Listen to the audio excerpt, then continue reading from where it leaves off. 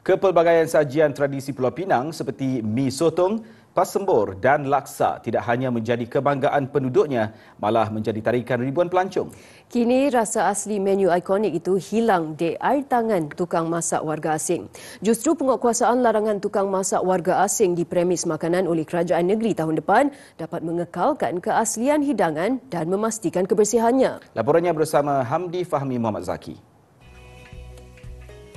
Industri pelancongan makanan antara daya tarikan utama kemasukan pelancong ke Pulau Mutiara ini sehingga mendapat jolokan syurga makanan.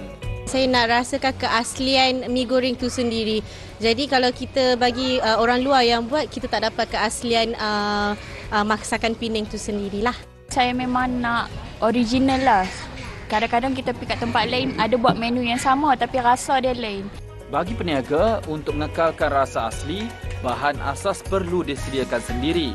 Persediaan disediakan oleh toke dan apabila persediaan sudah siap kuah dan sebagainya, kalau nak masak balik, digoreng oleh mana-mana orang pun boleh.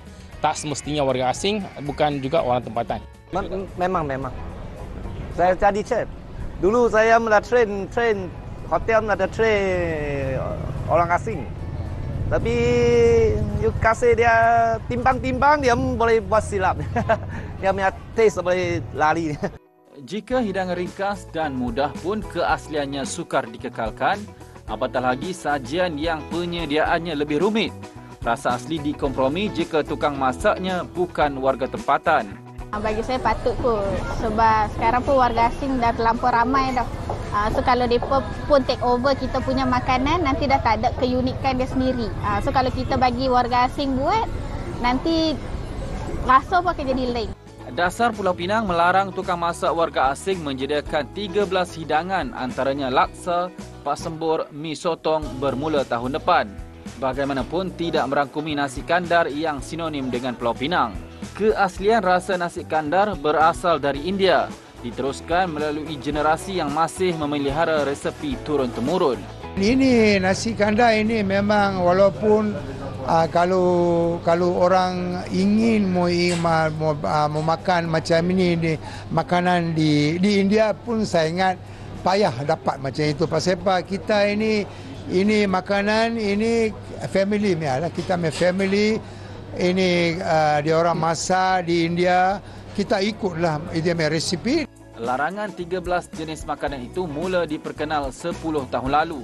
Ia kemudiannya dilaksana 2016 di Gerai Penjajah Berlesen dan Medan Selera di bawah Majlis Bandaraya Pulau Pinang sebelum dikuat kuasa sepenuhnya Januari depan. Oleh sebab itu, kita menggalakkan lebih banyak warga tempatan ataupun warga Malaysia yang menjadi tukang masak.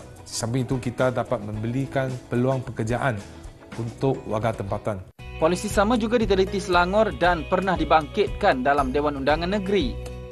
Ini memang satu identiti yang baik, memang satu perkara yang sangat baik untuk memastikan kualiti perkhidmatan makanan dan itu terjaga. Tapi di negeri Selangor kita oleh kerana negeri Selangor penduduk yang ramai, lebih 7 juta, ya, apabila kalau kita laksanakan perkara sedemikian, ada banyak, saya yakin ada banyak pengusaha di mereka akan protes. Turut diambil kira, hidangan tempatan di Selangor yang kebanyakannya mewakili etnik tertentu, seperti nasi ambeng, nasi keluban, pecal dan sambal tahun kulit lembu. Hakikatnya larangan warga asing menjadi tukang masak utama di Pulau Pinang bukan satu diskriminasi. Pekerja asing masih boleh menjadi pembantu gerai, cuma juadah dimasak anak tempatan. Saya percaya keputusan yang melarang tukang masak dari warga asing itu tidak terjejaskan kepada siapa-siapa pun, di mana tukang masak bagi warga tempatan kita fokus di kawasan, contohnya di Penjajah di tepi jalan, kompleks makanan. Laporan Hamdi Fahmi Muhammad Zaki, TV3.